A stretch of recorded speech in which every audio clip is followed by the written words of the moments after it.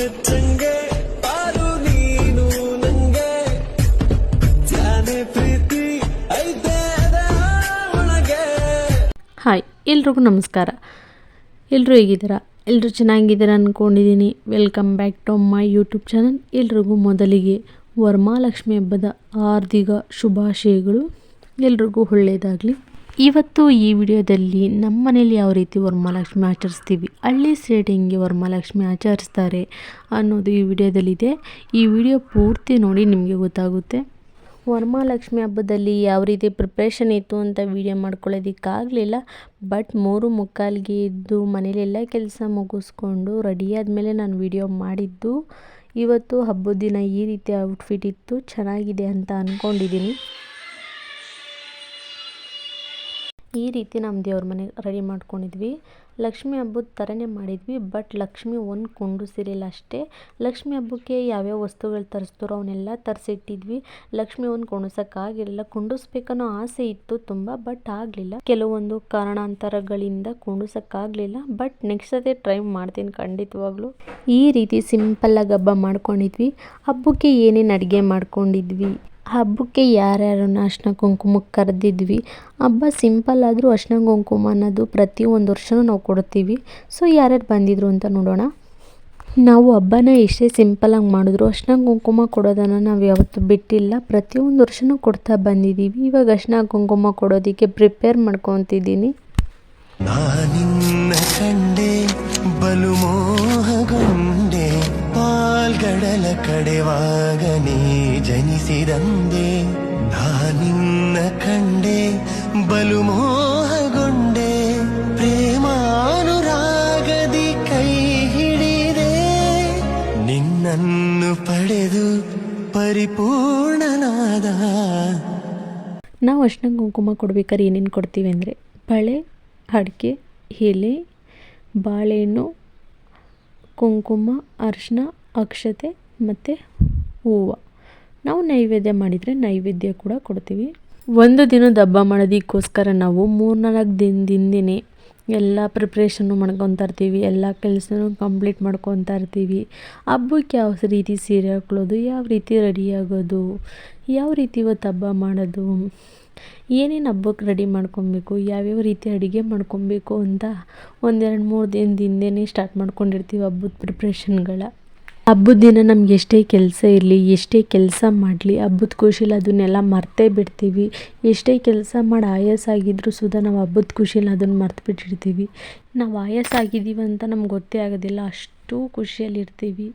ಎಲ್ರೂ ಅರ್ಶಿನ ಕುಂಕುಮ ಕರೆದಿದ್ದೆ, ಎಲ್ಲರೂ ಬರ್ತಿದ್ರು. ಅಷ್ಟರಲ್ಲಿ ಅರ್ಶಿನ ಕುಂಕುಮ ಕೊಡೋದಕ್ಕೆಲ್ಲ ಪ್ರಿಪೇರ್ ಮಾಡ್ಕೊತಿದ್ದೆ. ಹೂವು ಕಟ್ ಮಾಡೋದಕ್ಕೆಲ್ಲ ಅಮ್ಮನೇ ಹೆಲ್ಪ್ ಮಾಡ್ತಿದ್ರು. ಅಮ್ಮ ಅಲ್ಲಿ ಸ್ವಲ್ಪ ಪುಳಿಯೋಗರೆ ಮಾಡ್ತಿದ್ರು. ನೈವೇದ್ಯ ಬಡಿಸ್ಬಿಟ್ಟು ಅರ್ಶಿನ ಕುಂಕುಮ ಕೊಡೋಣ ಅಂತ ಅಮ್ಮನೇ ಹೆಲ್ಪ್ ಮಾಡಿಕೊಡ್ತಿದ್ರು ಸ್ವಲ್ಪ.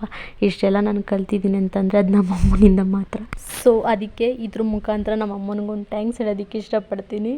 ಅರ್ಶಿನ ಕುಂಕುಮಕ್ಕೆಲ್ಲ ಪ್ರಿಪೇರ್ ಆಯಿತು, ಬಟ್ ಇನ್ನೂ ಅರ್ಶಿನ ಕುಂಕುಮಕ್ಕೆ ಬಂದಿರಲಿಲ್ಲ. ಅವ್ರು ಬರೋಷ್ಟರಲ್ಲಿ ಎಲ್ಲ ಕಂಪ್ಲೀಟಾಗಿ ಕ್ಲೀನ್ ಮಾಡ್ಕೊಂಬಿಡೋಣ ಅಂತ ಕ್ಲೀನ್ ಮಾಡ್ಕೊತಿದ್ದೆ.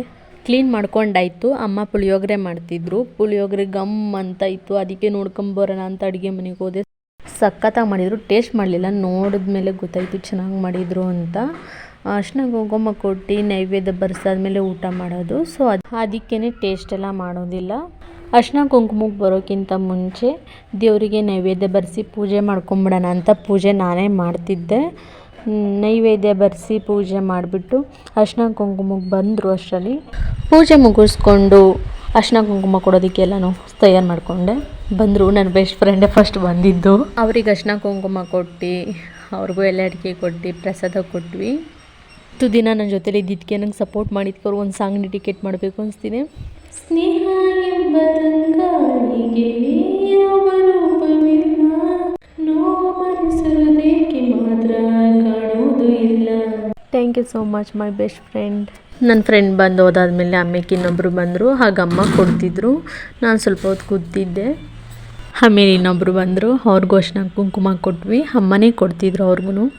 ಇವರೆಲ್ಲ ಯಾರು ಬೇರೆ ಊರಿಂದ ಬಂದಿರೋರು ಅಂದ್ಕೊಂಡಿದ್ದೀರಾ? ಇಲ್ಲ, ನಮ್ಮ ಮನೆ ಪಕ್ಕದಲ್ಲಿರೋರೆ. ನನ್ನ ಫ್ರೆಂಡು ಎಲ್ಲ ಹೊರಗಡೆ ಹೋಗಬೇಕಿತ್ತು. ಅವ್ರ ಜೊತೆ ಒಂದು ಸ್ವಲ್ಪ ವೀಡಿಯೋ ಮಾಡಿಕೊಂಡು ಅವ್ರ ಜೊತೆ ಒಂದು ಸ್ವಲ್ಪ ಅಳತೆ ಹೊಡೆದು ಆನಂತರ ನಾನು ಸ್ಯಾರಿ ಚೇಂಜ್ ಮಾಡ್ಕೊಂಡು ಡ್ರೆಸ್ ಹಾಕ್ಕೊಂಬಂದು ಇನ್ನೂ ಹಬ್ಬದ ಊಟ ಮಾಡಿರಲಿಲ್ಲ, ನೈವೇದ್ಯಕ್ಕಂತ ಮಾತ್ರ ಪುಳಿಯೋಗರೆ ಮಾಡಿದ್ವಿ. ಹಬ್ಬದ ಊಟ ಮಾಡಬೇಕಿತ್ತು. ಹಬ್ಬದ ಊಟ ಮಾಡೋದಕ್ಕೆ ಇಲ್ಲಿ ಒಬ್ಬಟ್ಟು ಮಾಡ್ಕೊತಿದ್ದೆ. ಒಬ್ಬಟ್ಟಾದಮೇಲೆ ಕಡಲೆಕಾಳು ಉಸ್ಲಿ ಮತ್ತು ಅನ್ನ ಸಾಂಬಾರು ಹೆಸರುಬೇಳೆ ಮಾಡ್ಕೊಬೇಕಿತ್ತು. ಇನ್ನೂ ಮಾಡಿರಲಿಲ್ಲ. ಅಷ್ಟರಲ್ಲಿ ಒಬ್ಬಟ್ಟು ಹೊತ್ಕೊಂಬಿಡೋಣ ಅಂತ ಒಬ್ಬಟ್ಟು ಹೊತ್ಕೊತಿದ್ದೆ. ಈ ಟೈಮಲ್ಲೇ ನಾವು ಜಾಸ್ತಿ ಒಬ್ಬಟ್ಟುಗಳು ಮಾಡ್ಕೊಳ್ಳೋದು. ಸೊ ಒಬ್ಬಟ್ಟು ಮಾಡಿಕೊಂಡು ಬೆಳಿಗ್ಗೆ ಅಷ್ಟನ್ನ ಕುಂಕುಮಕ್ಕೆ ಮಾತ್ರ ಪುಳಿಯೋಗರೆ ಕೊಟ್ಟಿದ್ವಿ. ಸೊ ಸಾಯಂಕಾಲ ಬಂದಮೇಲೆ ಅವ್ರಿಗೆ ಒಬ್ಬಟ್ಟು ಕೊಡಬೇಕಿತ್ತು ಅಂತ ಒಬ್ಬಟ್ಟು ಸ್ವಲ್ಪ ಜಾಸ್ತಿನೇ ಮಾಡ್ಕೊತಿದ್ವಿ.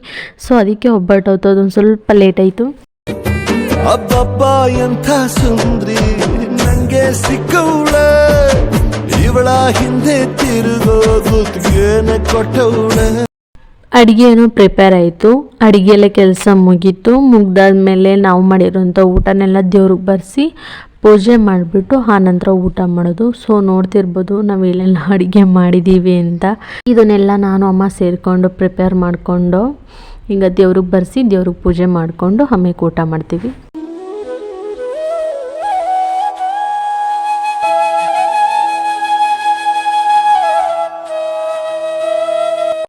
ದೇವ್ರಿಗೆ ನೈವೇದ್ಯ ಎಲ್ಲ ಬರೆಸಿ ಪೂಜೆ ಮುಗಿಸ್ಕೊಂಡಾದ್ಮೇಲೆ ನಾನು ಊಟಕ್ಕೆ ಕೂತ್ಕೊಂಡೆ.